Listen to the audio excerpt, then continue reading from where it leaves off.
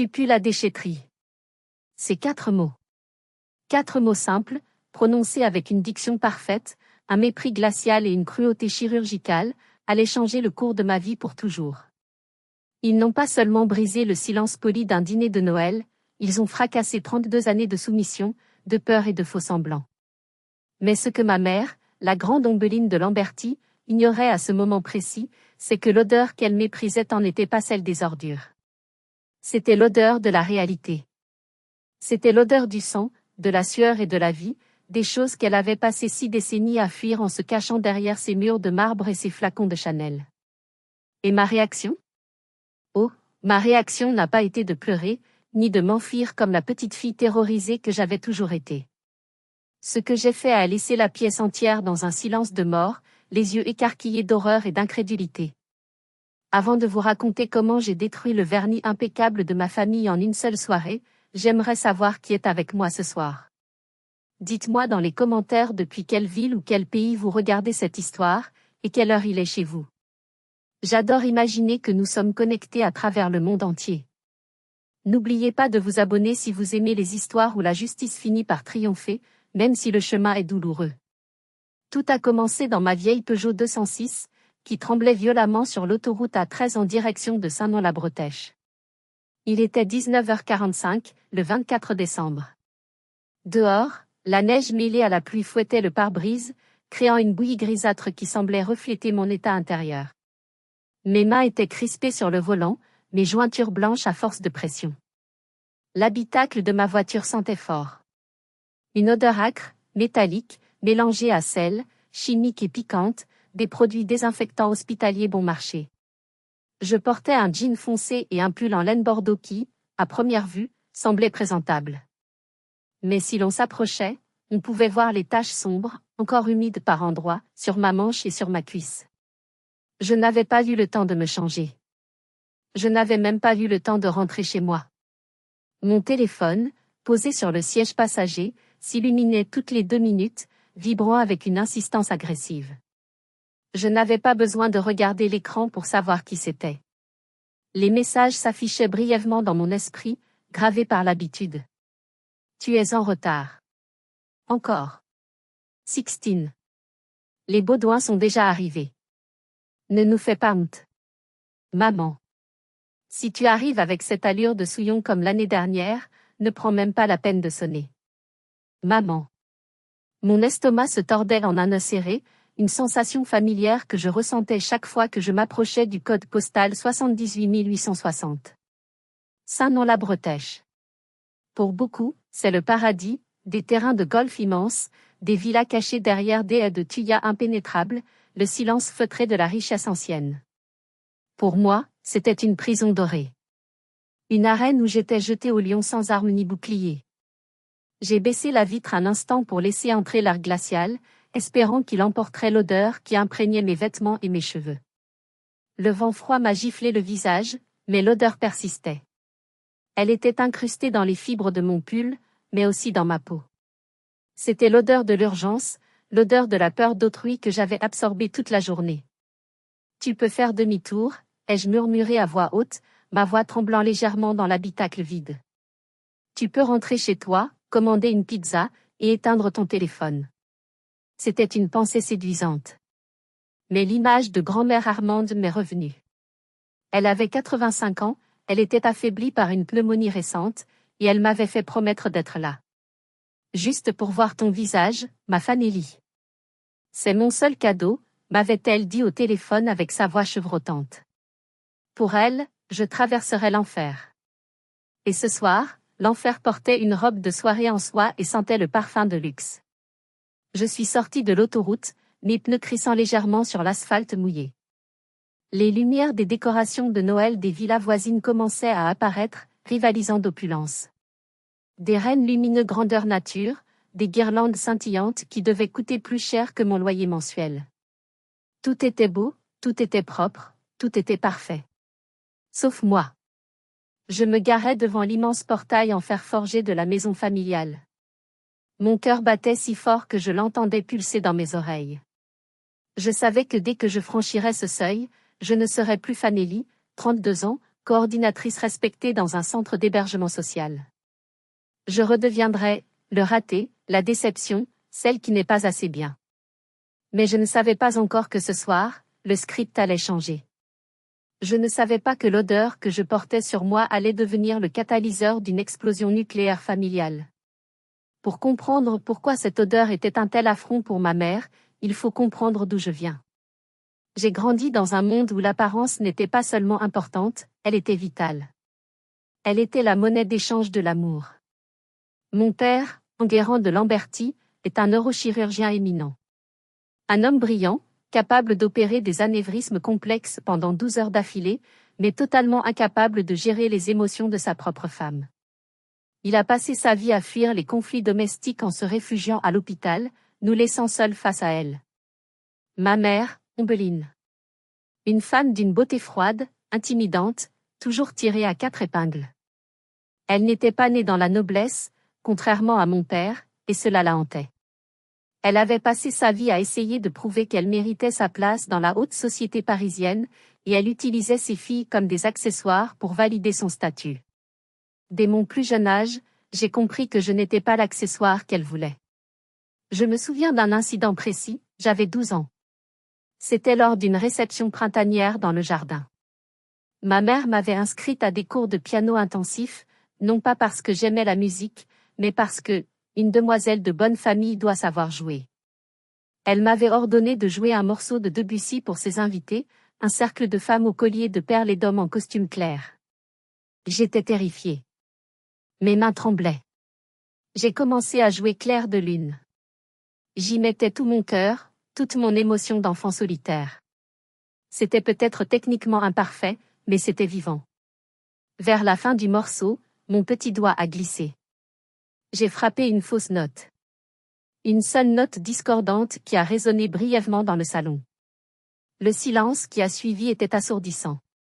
Je n'ai pas osé lever les yeux. Puis, j'ai entendu le claquement sec du couvercle du piano que ma mère venait de rabattre violemment, manquant d'écraser mes doigts de quelques millimètres. C'est suffisant, a-t-elle déclaré avec un sourire glacial adressé aux invités, un sourire qui ne montait pas jusqu'à ses yeux. Fanelli a visiblement décidé de massacrer Debussy aujourd'hui. Il vaut mieux arrêter le carnage avant que vos oreilles ne saignent. Les invités ont ri poliment, un rire nerveux. Je suis restée figée sur le tabouret, les joues en feu, retenant mes larmes. Plus tard, une fois les invités partis, elle m'a pris par le bras, ses ongles manicurés s'enfonçant dans ma chair. « Tu m'as humiliée », a-t-elle sifflé. « Si tu ne peux pas faire quelque chose parfaitement, ne le fais pas du tout. La médiocrité est une maladie, Fanelli, et tu sembles en être infectée. » Cette phrase est devenue le refrain de mon adolescence. La médiocrité est une maladie. Contrairement à ma petite sœur Sixtine, qui semblait née pour ce moule. Sixtine était blonde, gracieuse, excellait à l'école sans effort apparent, et savait instinctivement quoi dire pour plaire à maman. Elle était le cygne blanc.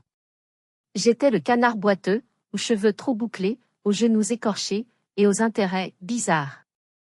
Je ne voulais pas jouer au tennis au country club, je voulais sauver les oiseaux blessés que je trouvais dans le jardin. Je ne voulais pas porter les robes à smock qui grattaient, je voulais lire des livres sur l'histoire sociale. Chaque bulletin scolaire, chaque choix vestimentaire, chaque ami que je ramenais à la maison était passé au crible de la critique maternelle. Pourquoi ne peux-tu pas être plus comme Sixtine ? C'était la question qui planait au-dessus de chaque repas de famille. Mon père, lui, se contentait de manger sa soupe en silence, ou de lire ses revues médicales, comme s'il était spectateur d'une pièce de théâtre dans laquelle il refusait de jouer un rôle. Parfois, quand les critiques de ma mère devenaient trop virulentes, il soupirait et disait mollement, « Ombeline, s'il te plaît, pas à table. » C'était tout. Sa défense s'arrêtait là. J'ai grandi avec la certitude absolue que j'étais défectueuse. Que peu importe mes efforts, je ne serai jamais assez bien. Cette blessure narcissique, infligée jour après jour, année après année, a façonné la femme que je suis devenue. Mais paradoxalement, elle m'a aussi donné une force. La force de chercher de la valeur ailleurs que dans le regard des autres. C'est cette quête de sens qui m'a conduite, à 18 ans, à refuser la place qui m'était réservée dans une école de commerce prestigieuse pour m'inscrire en faculté de sciences sociales. Je me souviens du visage de ma mère quand je lui ai annoncé. Elle n'a pas crié. Elle a juste ri. Un rire sec, sans joie. Assistante sociale, a-t-elle répété comme si je venais de dire que je voulais devenir éboueuse. Tu veux passer ta vie à essuyer la morve des ratés? Très bien. Mais ne viens pas pleurer quand tu réaliseras que tu as gâché ton avenir pour des gens qui ne valent rien. Elle ne savait pas à quel point elle avait tort. Et elle ne savait pas que ces gens qui ne valent rien allaient m'apprendre plus sur la dignité humaine en un jour qu'elle en toute une vie. Les années ont passé, creusant un fossé infranchissable entre ma famille et moi. À 32 ans, je travaillais comme coordinatrice à l'Abri des Cœurs, un centre d'hébergement et de réinsertion sociale, CHRS, situé à Saint-Denis, dans la banlieue nord de Paris. Ce n'était pas glamour. Les murs étaient défraîchis, le budget toujours trop serré, et les situations humaines que nous gérions étaient souvent tragiques. Je gagnais 1800 € par mois, ce qui, aux yeux de ma mère, était une somme dérisoire, à peine de quoi payer ses soins esthétiques. De l'autre côté du spectre, il y avait Sixtine. À 29 ans, elle était devenue notaire, associée dans un cabinet prestigieux du 16e arrondissement. Elle gagnait plus de 10 000 € par mois, conduisait une Audi Q3 et venait d'épouser Cyprien, un gestionnaire de patrimoine aussi riche qu'ennuyeux. Ils formaient le couple parfait, le rêve mouillé de ma mère. Maman ne manquait jamais une occasion de souligner le contraste. Sixtine et Cyprien partent aux Maldives pour Pâques, disait-elle au téléphone, sa voix dégoulinante de fierté. Et toi, Fanelli? Toujours à distribuer de la soupe populaire? Je ne distribue pas de soupe, maman. Je gère des dossiers de réinsertion, j'aide des familles à retrouver un logement. Oui, c'est la même chose. De la charité pour ceux qui n'ont pas su réussir.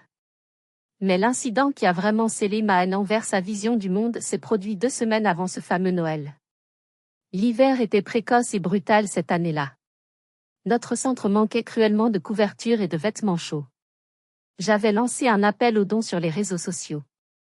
Dans un moment de faiblesse, ou peut-être d'espoir naïf, j'avais envoyé un message au groupe WhatsApp familial, « Bonjour à tous.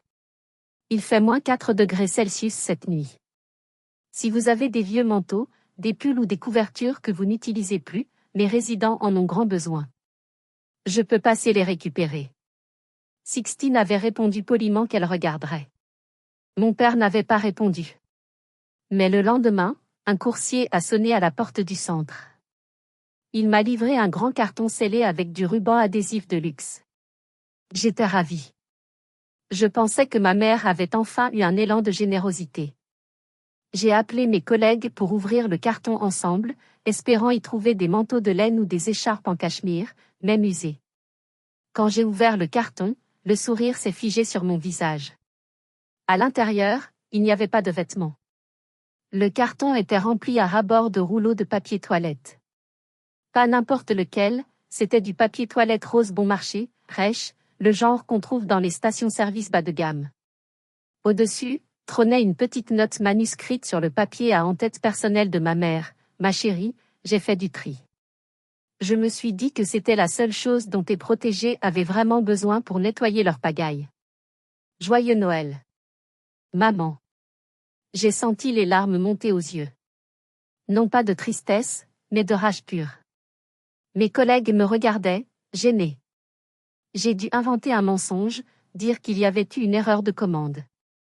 J'ai jeté la note à la poubelle, mais les mots sont restés gravés au fer rouge dans mon esprit. Ce n'était pas juste un manque d'empathie, c'était de la méchanceté gratuite, calculée. Elle ne voyait pas mes résidents comme des humains en difficulté, mais comme des déchets. Et par extension, elle me voyait comme la gardienne de ces déchets. Dites-moi honnêtement dans les commentaires, si votre propre mère vous envoyait un tel colis pour humilier votre travail et les gens que vous aidez, comment auriez-vous réagi? Auriez-vous coupé les ponts immédiatement? Je vous attends dans les commentaires. C'est avec ce poids sur le cœur que j'abordais les fêtes de fin d'année. Je voulais annuler. Je voulais crier que je ne viendrais plus jamais. Mais il y avait grand-mère Armande. Et il y avait cette vieille habitude toxique de chercher, malgré tout, une miette d'approbation, un miracle de Noël qui ferait que ma famille m'aimerait enfin pour ce que je suis. Quelle erreur! Le matin du 24 décembre s'était levé froid et gris sur Saint-Denis. J'avais prévu de quitter le centre à 16 heures précises. Ma tenue était prête, une robe noire simple mais élégante, des collants neufs, et une paire de bottines cirées. J'avais même acheté une bouteille de Sauternes hors de prix un château d'Yquem pour essayer d'acheter la paix avec ma mère. C'était pathétique, je le sais, mais je voulais arriver tôt, aider aux préparatifs, et prouver que je pouvais être la bonne fille. À 16h30, j'étais dans mon bureau en train de fermer mon ordinateur quand j'ai entendu un cri déchirant venant de la cuisine commune. Au secours! Fanelli! Vite! C'était Karim, l'un de nos éducateurs. J'ai couru dans le couloir, mon cœur bondissant dans ma poitrine. En entrant dans la cuisine, la scène m'a glacé le sang. Madame Lison était à terre. C'était une femme de 64 ans, douce, ancienne institutrice que la vie avait brisée après la mort de son mari et une dépression sévère qui l'avait menée à la rue. Elle vivait au centre depuis 3 mois et nous aidait à préparer le repas de Noël pour les résidents. Elle était allongée sur le carrelage, convulsant légèrement. Une flaque sombre s'élargissait autour de sa tête. Mais ce n'était pas une chute banale. Elle vomissait du sang. Beaucoup de sang. Une hémorragie digestive massive, probablement un ulcère perforé, conséquence de ces années de malnutrition et de stress. Appelle le 15. Tout de suite, ai-je hurlé à Karim. Je me suis jeté à genoux à côté d'elle, sans penser une seconde à ma robe, ni à mon dîner de famille. L'odeur était insoutenable, un mélange ferreux de sang frais et l'acidité âcre des sucs gastriques. C'est une odeur primitive, qui déclenche un réflexe de fuite chez la plupart des gens. Mais je ne pouvais pas fuir. Madame Lison agrippait ma main avec une force surprenante. Ses yeux étaient écarquillés de terreur. « Je ne veux pas mourir toute seule », a-t-elle gargouillé, le sang tachant ses dents et son menton. « Ne me laissez pas, Fanelli. S'il vous plaît. Je suis là, Lison. » Je ne bouge pas, respirer doucement, lui ai-je répondu, ma voix faussement calme alors que je pressais une serviette contre sa bouche pour dégager ses voies respiratoires. Le sang a giclé sur mon pull bordeaux, sur mon jean, sur mes mains. J'étais couverte de fluide corporel, agenouillée dans cette flaque rouge et gluante. Les minutes semblaient des heures. À cause de la grève des transports et de la circulation de Noël, le SAMU a mis 20 interminables minutes à arriver. Pendant ces 20 minutes, j'ai tenu la tête de cette femme qui n'avait personne d'autre au monde. J'ai vu sa vie défiler dans ses yeux voilés. J'ai oublié Saint-Nom la Bretèche. J'ai oublié les critiques de ma mère. Il n'y avait que la vie, fragile et brutale, entre mes mains sales. Quand les pompiers sont enfin arrivés et l'ont chargée sur la civière, elle ne voulait pas lâcher ma main. Je monte avec elle, ai-je décidé. Madame, vous êtes de la famille, a demandé le médecin urgentiste. Je suis sa seule famille pour l'instant, ai-je répondu fermement. J'ai passé les 2 heures suivantes aux urgences de l'hôpital Bichat, dans le brouhaha des admissions de la veille de Noël. J'ai attendu qu'on la stabilise. J'ai rempli les papiers administratifs car elle n'avait pas de carte vitale à jour. J'ai tenu le haricot pendant qu'elle vomissait encore. Vers 18h45, le médecin est venu me voir. Elle est hors de danger, mais elle doit être opérée ce soir. Vous lui avez sauvé la vie en maintenant ses voies aériennes dégagées. Elle a perdu beaucoup de sang. J'ai poussé un soupir de soulagement si profond que j'en ai eu le vertige. C'est à ce moment-là que l'adrénaline est retombée, et que la réalité m'a frappé. J'ai regardé l'heure. 19h, j'ai regardé mon reflet dans la vitre du couloir des urgences. Mes cheveux étaient en bataille, collés par la sueur. Mon pull bordeaux portait des taches sombres indélébiles. Je sentais le sang séché, le vomi, et le désinfectant puissant que j'avais utilisé pour me laver les mains frénétiquement dans les toilettes de l'hôpital. Je ressemblais à une victime de guerre. Et je devais me rendre au dîner le plus guindé de l'année. J'ai sorti mon téléphone. 10 appels manqués de Sixtine. 5 messages vocaux de ma mère. Le dernier disait simplement, « Si tu nous fais honte ce soir, ce n'est même pas la peine de revenir pour Pâques. » J'aurais dû rentrer chez moi.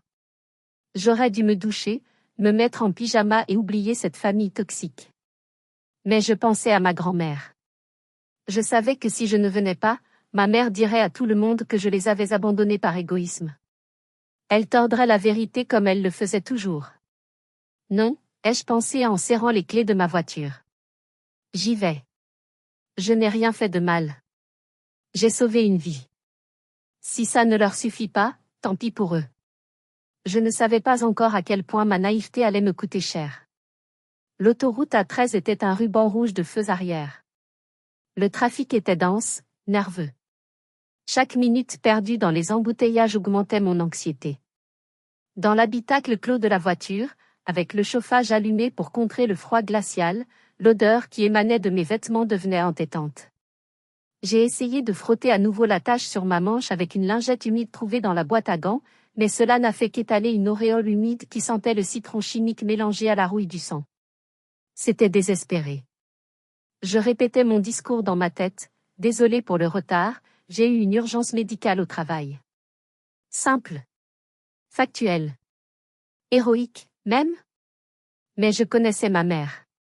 Pour elle, l'héroïsme n'existait pas s'il impliquait de la saleté. Pour elle, sauver une vie ne comptait pas si c'était la vie d'une personne inutile. Mon téléphone a vibré à nouveau. Un SMS de mon père cette fois. C'était rare. Nous passons à table dans 20 minutes. Ta mère est dans tous ses états. Fais un effort, Fanelli. Fais un effort. Ces 3 mots m'ont donné envie de hurler. Je venais de passer 3 heures à l'hôpital, j'avais les mains qui tremblaient encore de fatigue, et on me demandait de faire un effort pour ne pas contrarier la mise en scène parfaite de ma mère. La colère a commencé à monter, une colère froide et dure, remplaçant la peur. J'ai enfin atteint la sortie pour Saint-Nom-la-Bretèche. Les routes sont devenues plus larges, bordées d'arbres parfaitement taillés. Les maisons se sont espacées, cachées derrière de hauts murs de pierre. Ici, la pauvreté n'existait pas. La maladie n'existait pas, ou du moins, elle était cachée dans des cliniques privées suisses. Ici, tout n'était qu'ordre et beauté, luxe, calme et volupté. Et moi, j'arrivais comme une tache d'encre sur une page blanche. J'ai garé ma voiture loin des SUV et des berlines allemandes étincelantes de mes oncles et tantes. Je ne voulais pas que ma vieille Peugeot rouillée gâche le paysage. En sortant, l'air froid m'a fait frissonner, mais il ne pouvait pas nettoyer ce que je portais sur moi. Je me suis dirigé vers l'imposante porte d'entrée en chêne massif. Une couronne de Noël géante, faite de vraies branches de sapin, de houes et de rubans de velours rouge, y était accrochée. À travers les fenêtres du rez-de-chaussée, je voyais la lueur chaleureuse du grand lustre en cristal. Je voyais les silhouettes des invités, verres de champagne à la main, riant, discutant. Ils semblaient appartenir à une autre espèce. J'ai pris une profonde inspiration. C'était maintenant ou jamais. J'ai appuyé sur la sonnette. Le carillon a retenti à l'intérieur, profond et solennel. Quelques secondes plus tard, la porte s'est ouverte. Ce n'était pas la gouvernante, mais Sixtine. Elle était sublime dans une robe fourreau vert émeraude, ses cheveux blonds relevés en un chignon sophistiqué.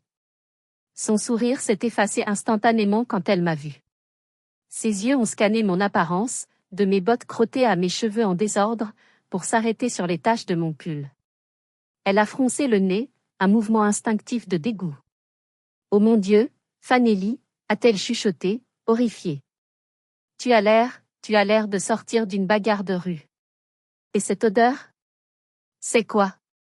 C'est une longue histoire, Sixtine. Laisse-moi entrer, il gèle, ai-je dit en essayant de passer. Mais elle a bloqué le passage un instant, regardant par-dessus son épaule vers le salon, terrifiée à l'idée que quelqu'un nous voit.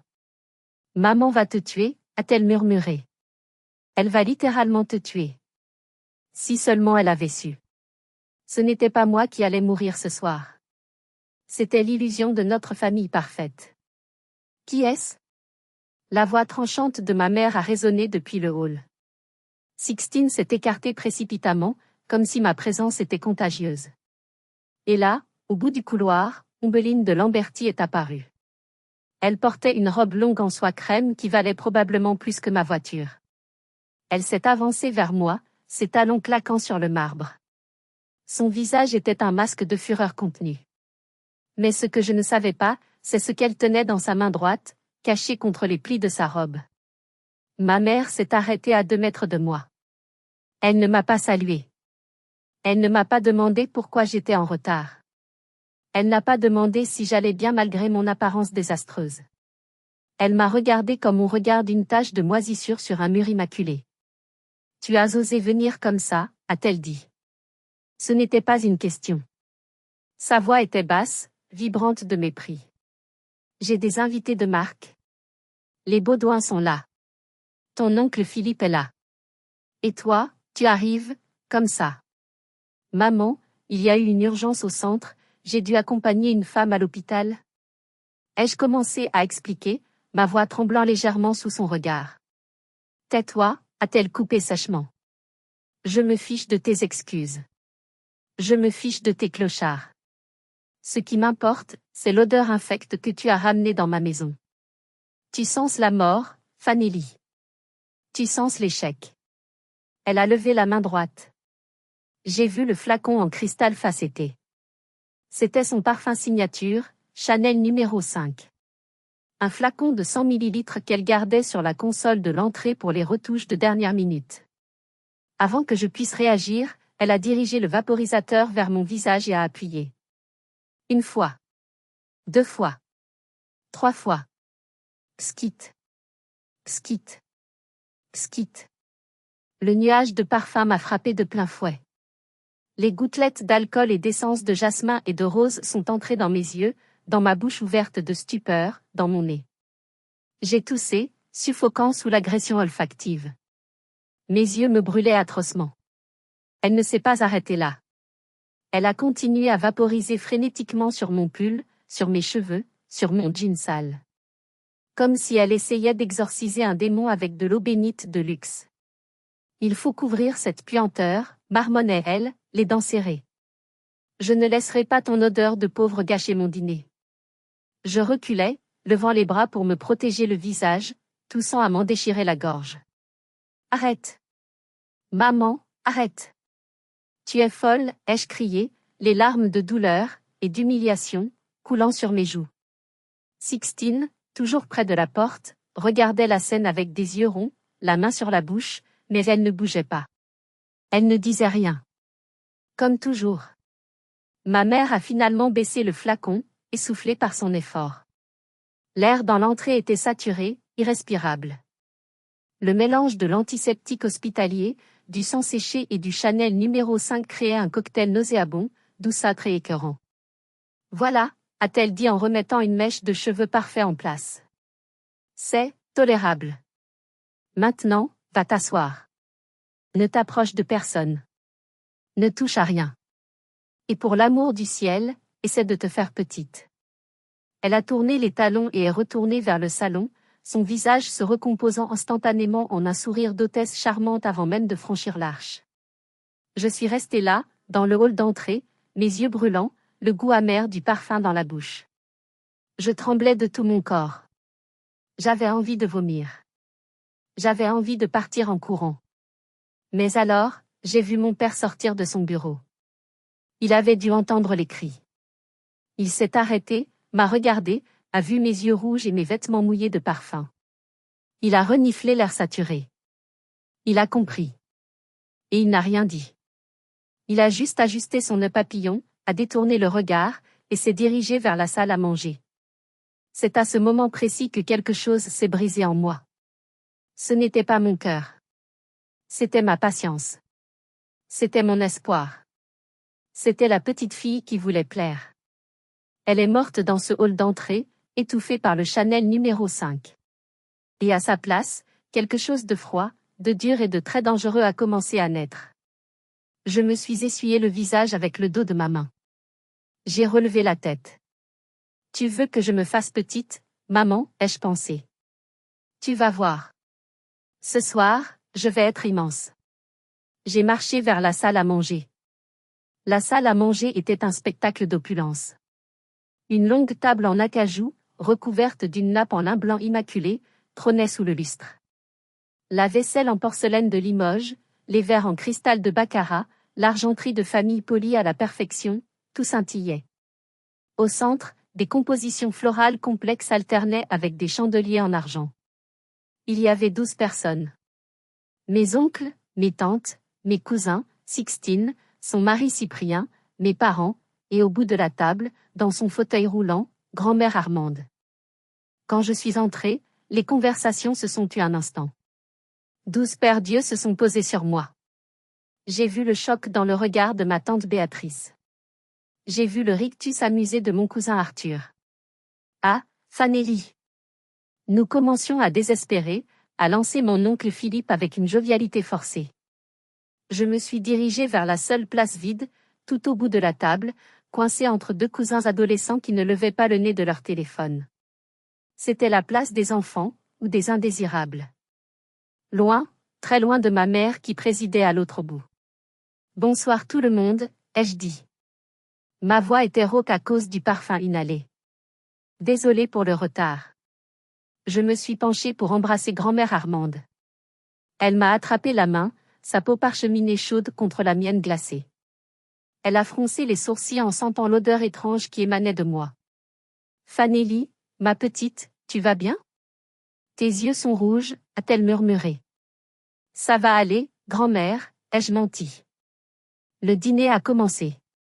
Le ballet des serveurs, loué pour l'occasion, a débuté. Entrée, foie gras poêlé aux figues. Je regardais mon assiette. Le foie gras, riche et gras, me donnait la nausée. Je revoyais le sang de Madame Lison. Je pensais à elle, seule dans une chambre de réveil stérile, pendant que nous mangions pour des milliers d'euros de nourriture. L'ambiance était surréaliste. Les conversations tournaient autour de sujets acceptables, les vacances au ski à Courchevel, les impôts fonciers, la nouvelle voiture de Cyprien. Et toi, Fanélie, a soudain demandé tante Béatrice, brisant mon isolement. Toujours dans ton centre? Elle a prononcé le mot centre comme si c'était un mot sale. Oui, tante Béatrice. C'est une période très chargée. Quel dommage, est intervenue ma mère depuis le bout de la table. Sa voix portait clairement par-dessus le tintement des couverts. Elle aurait pu avoir une carrière brillante si elle avait écouté nos conseils. Mais Fanélie a toujours eu une prédilection pour le bas de gamme. Quelques rires étouffés. Mon père a bu une gorgée de vin, les yeux fixés sur son verre. Maman, s'il te plaît, a tenté Sixtine, mais très mollement. Quoi? C'est la vérité, a continué ma mère, encouragée par le silence complice. Elle m'a fixé droit dans les yeux. Regardez-la. Elle ne prend même pas la peine de s'habiller correctement pour Noël. C'est un manque de respect pour nous tous. Mais bon, on ne peut pas forcer un âne à devenir un cheval de course, n'est-ce pas? J'ai senti la chaleur monter à mes joues. Pas de la honte. De la colère.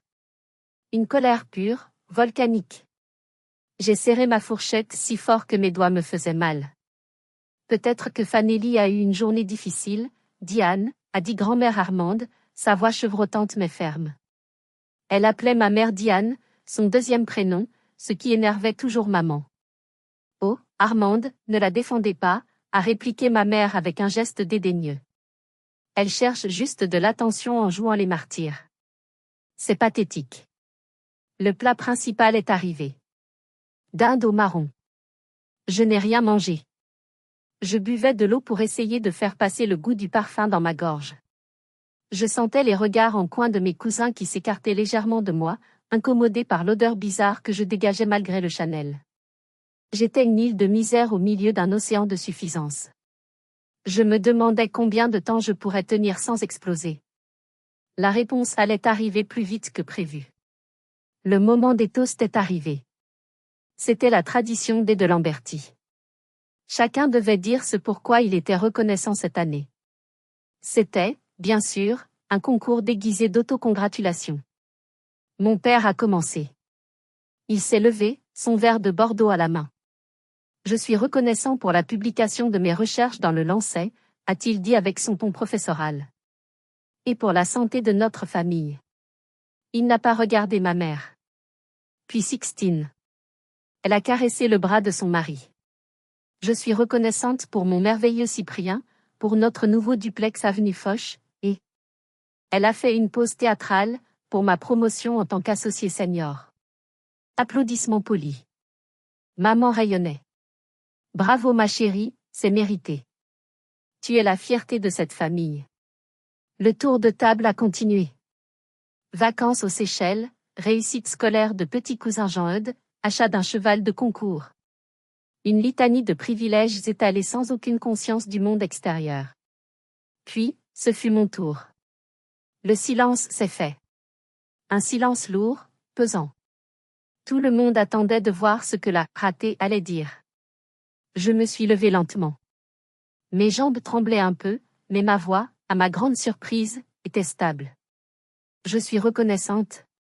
Ai-je commencé, cherchant mes mots.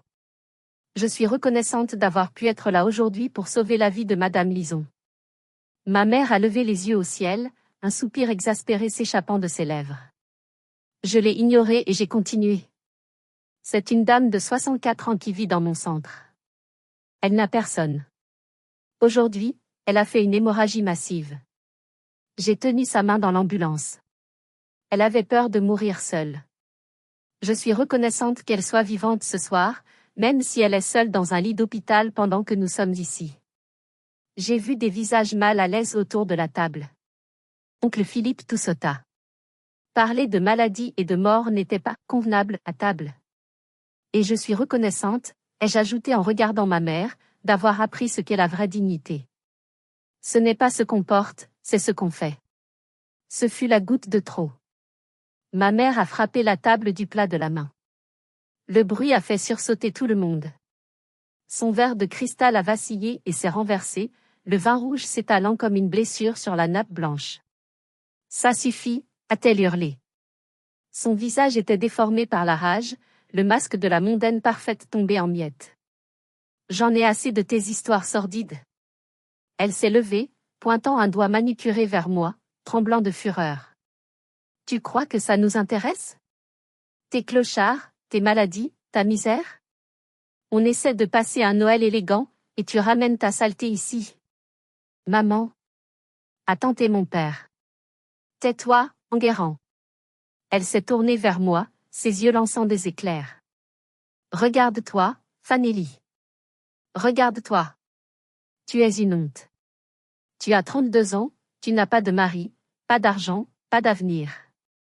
Tu passes tes journées dans la crasse et tu oses venir ici et nous faire la morale? La pièce était pétrifiée. Personne ne respirait. Elle a pris une inspiration sifflante, s'est penchée vers moi par-dessus la table, et a lâché la bombe. Tu sais pourquoi j'ai dû te vider mon flacon de parfum dessus à l'entrée? Parce que tu pues, Fanélie. Tu pues l'échec. Tu pues la déchetterie. Tu es une infection dans cette maison. Les mots ont résonné contre les murs lambrissés. Tu pues la déchetterie. C'était violent. C'était vulgaire. C'était impardonnable. Grand-mère Armande a laissé échapper un petit cri étouffé. Sixtine a baissé la tête, les larmes aux yeux. Moi? J'ai senti un calme absolu m'envahir. C'était le calme de l'œil du cyclone. Toutes mes peurs, toutes mes insécurités se sont évaporées instantanément, brûlées par la violence de ses propos. Il ne restait plus que la vérité. Froide, dure, et coupante comme un scalpel. Je n'ai pas pleuré. Je n'ai pas baissé les yeux. J'ai regardé ma mère, et pour la première fois de ma vie, je n'ai pas vu un monstre tout-puissant. J'ai vu une femme pathétique, méchante et vide. Et j'ai souri. Mon sourire l'a déstabilisée. Elle s'attendait à des larmes, à des excuses, à une fuite éperdue. Pas à ça. Tu as fini, ai-je demandé doucement. Ma voix n'était pas forte, mais dans le silence sépulcral de la pièce, elle portait comme un coup de tonnerre. Pardon, a-t-elle balbutié, surprise par mon audace. Je me suis avancée d'un pas, sortant de l'ombre du bout de table pour entrer dans la lumière du lustre. Tu as raison, maman, ai-je dit en m'adressant à elle, mais en parlant assez fort pour que tout le monde entende. Je pue. Tu veux savoir ce que c'est, cette odeur que ton Chanel n'a pas réussi à couvrir? J'ai passé une main sur la tache sombre de mon pull. Ça, c'est le sang de Madame Lison. C'est du sang humain. Le même sang qui coule dans tes veines, même si tu penses que le tien est bleu. Et ça? J'ai pointé une autre tache, c'est du vomi. Parce qu'elle était tellement terrifiée et malade qu'elle n'a pas pu se retenir. Et tu sais ce que j'ai fait? Je ne l'ai pas jugée. Je ne l'ai pas insultée. Je l'ai prise dans mes bras. J'ai balayé la salle du regard. Mes oncles et tantes évitaient mes yeux, fascinés et horrifiés. Tu dis que je pue la déchetterie, ai-je continué, ma voix montant légèrement en intensité. Mais moi, je peux prendre une douche. Ce soir, je rentrerai chez moi, je me laverai, et cette odeur partira. Je serai propre. J'ai planté mon regard dans celui de ma mère. Mais toi, maman?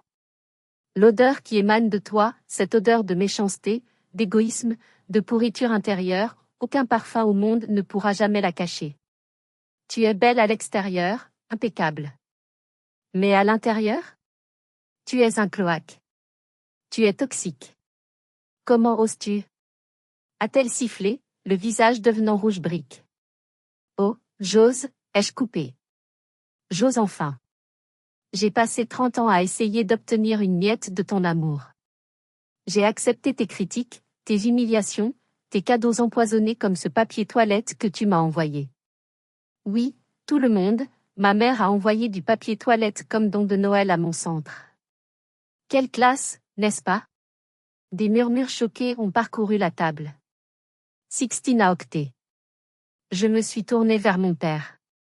Il était pâle comme un linge, figé sur sa chaise. Et toi, papa? Le grand professeur de Lamberty.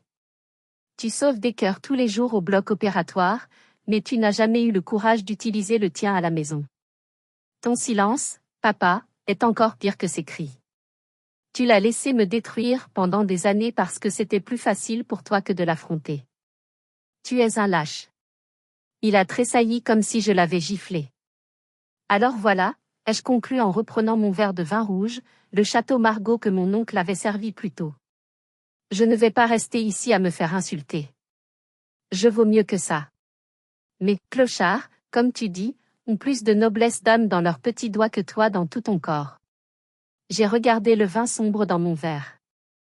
Puis, j'ai regardé le sol en marbre blanc immaculé de Carrare, la fierté de ma mère, qu'elle faisait polir chaque semaine. Tu dis que je suis une tâche? Très bien. Avec un calme olympien, j'ai renversé lentement le contenu de mon verre sur le sol. Le vin a éclaboussé, créant une immense flaque pourpre qui s'est étalée vers le tapis persan. Oups, ai-je dit sans émotion. On dirait que j'ai fait des dégâts. C'est dommage, c'était un bon millésime. Rakritikong Neningruki, les ordures ne devraient pas boire de grands crus. Ma mère a poussé un cri strident, portant les mains à sa bouche. C'était un acte de vandalisme, un sacrilège dans son temple de la perfection. Sors de chez moi, a-t-elle hurlé, hystérique. Sors tout de suite. Je me suis retournée pour partir. Je me sentais légère. Incroyablement légère. J'avais l'impression de voler. Mais je n'ai pas eu le temps d'atteindre la porte. Une voix s'est élevée. Une voix qu'on n'entendait presque jamais, mais qui avait encore l'autorité de l'acier trempé. Reste là, Fanelli. C'était grand-mère Armande. Grand-mère Armande s'était levée. C'était un exploit en soi, vu son état de santé. Elle s'appuyait lourdement sur sa canne en ébène, mais elle se tenait droite. Ses yeux bleus délavés fixaient ma mère avec une intensité terrifiante. Diane, a-t-elle dit. Elle n'a pas crié, mais sa voix a coupé court à l'hystérie de ma mère. Assieds-toi et tais-toi. Mais mère. Elle a ruiné le tapis. Elle m'a insultée, a pleurniché ma mère, essayant de jouer la victime comme elle le faisait toujours.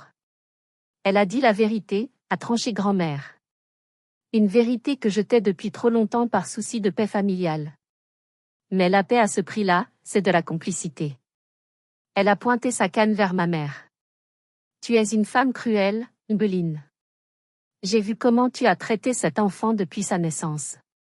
J'ai vu comment tu as écrasé sa joie, sa créativité, sa gentillesse, simplement parce qu'elle ne correspondait pas à ton image vaniteuse. Tu es une snob, et pire que ça, tu es une mauvaise mère. Ma mère était bouche bée. Jamais, jamais personne ne lui avait parlé ainsi. Et toi, Enguerrand, a continué grand-mère en se tournant vers son fils. Tu me déçois profondément. J'ai élevé un homme, par un paillasson. Regarde ta fille. Elle est couverte de sang parce qu'elle a sauvé une vie ce soir. C'est la seule personne à cette table qui a fait quelque chose d'utile aujourd'hui. Et tu laisses ta femme la traiter d'ordure? Mon père a regardé sa mère, puis il m'a regardé. Il a regardé la flaque de vin, les visages choqués des invités. Et soudain, le brouillard dans lequel il vivait depuis 30 ans a semblé se dissiper. Il a vu ma mère telle qu'elle était vraiment, un tyran mesquin. Il s'est levé lentement. Maman a raison, a-t-il dit d'une voix sourde. Quoi, a glapi ma mère. Tu te mets de son côté? Contre ta femme? Je me mets du côté de la décence, a répondu mon père, sa voix gagnant en assurance. Fanelli, je te demande pardon. Je suis désolé de ne pas t'avoir protégé. Je suis désolé d'avoir été un lâche. Il s'est approché de moi. Il n'a pas eu peur de l'odeur. Il n'a pas eu peur des taches. Il m'a prise dans ses bras, maladroitement, comme s'il réapprenait à être père. Il pleurait. La salle à manger était en plein chaos émotionnel. Tante Béatrice pleurait discrètement. Les cousins avaient posé leur téléphone. Ma mère, réalisant qu'elle venait de perdre le contrôle total de la situation, a tenté une dernière manœuvre désespérée. Si c'est comme ça. Si vous préférez cette souillon à moi. Alors je m'en vais. Elle s'attendait à ce que quelqu'un la retienne. À ce qu'on la supplie de rester. Personne n'a bougé. Partez, Ombeline, a dit grand-mère Armande. Allez dans votre chambre et réfléchissez à ce qu'il reste de votre âme. Ma mère a poussé un cri de rage pure, a jeté sa serviette sur la table et est sortie en courant, ses talons claquant furieusement, puis la porte de sa chambre à l'étage a claqué violemment. Le silence est retombé. Mais cette fois, ce n'était pas un silence pesant. C'était le silence après l'orage, quand l'air est purifié. Bon, a dit grand-mère Armande en se rasseyant péniblement. Maintenant que l'air est plus respirable, si on finissait ce dîner? Fanelli, ma chérie, viens t'asseoir près de moi. Et on s'en fiche du vin par terre. J'ai pris ma chaise et je l'ai traînée jusqu'au haut de la table, à la droite de ma grand-mère, à la place qui était réservée à ma mère. Pour la première fois de ma vie, j'avais ma place. Le reste du dîner fut étrange, mais libérateur. Les conversations étaient hésitantes, mais plus vraies. Mes oncles m'ont posé des questions sur mon travail, de vraies questions, pas des piques sarcastiques. J'ai raconté l'histoire de Madame Lison en détail. J'ai vu du respect dans leurs yeux. Vers 23 heures, alors que le café était servi, je suis sortie sur la terrasse pour prendre l'air. La neige avait cessé de tomber. Le jardin était silencieux et magnifique sous le clair de lune. J'ai entendu la porte-fenêtre s'ouvrir derrière moi. C'était Sixtine. Elle portait un manteau de fourrure sur sa robe de soirée. Elle tenait 2 cigarettes allumées. Elle m'en a tendu une. Je ne savais pas que tu fumais, ai-je dit, surprise. Sixtine était l'incarnation de la santé et de la perfection. Il y a beaucoup de choses que tu ne sais pas, a-t-elle répondu en tirant une longue bouffée. Ses mains tremblaient. Nous avons fumé en silence pendant 1 minute. Tu as été incroyable tout à l'heure, a-t-elle dit doucement. J'ai eu envie d'applaudir. Pourquoi tu ne l'as pas fait, ai-je demandé sans amertume. Parce que j'ai peur d'elle, a-t-elle avoué. Sa voix s'est brisée. Je ne suis pas forte comme toi, Fanelli. Elle s'est tournée vers moi, le mascara coulant sous ses yeux. Tu penses que j'ai la vie parfaite? Je suis sous antidépresseur depuis 2 ans. Cyprien me trompe avec sa secrétaire, et je fais semblant de ne rien voir parce que maman dit qu'un divorce ferait mauvais genre. Et elle a hésité, je me fais vomir après chaque repas. Pour rentrer dans ces robes taille 34 que maman choisit pour moi. J'étais sidérée. Ma sœur parfaite, le cygne blanc, était en train de se noyer. Oh, Sixtine. J'ai écrasé ma cigarette et je l'ai prise dans mes bras. Elle s'est effondrée contre moi, sanglotant comme une enfant. L'odeur de mon pull sale se mélangeait à son parfum coûteux, mais elle s'en fichait. Je suis tellement désolée de ne pas t'avoir défendu, pleurait-elle. J'étais jalouse. Jalouse que tu sois libre d'être toi-même, même si c'était dur. On va s'en sortir, lui ai-je chuchoté. C'est fini. Son règne est fini. Le lendemain matin, jour de Noël, j'ai reçu un appel de mon père. Il m'invitait à prendre un café dans une brasserie à mi-chemin entre chez moi et Saint-Nom. Quand je suis arrivé, il avait l'air fatigué, vieilli de 10 ans, mais ses yeux étaient clairs. Ta mère est partie chez sa sœur à Bordeaux ce matin, m'a-t-il annoncé. Elle dit qu'elle a besoin de repos. La vérité, c'est qu'elle fuit la honte. Il a pris mes mains dans les siennes. J'ai pris rendez-vous avec un avocat, Fanelli. Et avec un thérapeute. Je ne peux pas effacer le passé, je ne peux pas effacer les 30 ans où je t'ai laissé tomber. Mais je veux essayer de construire un avenir.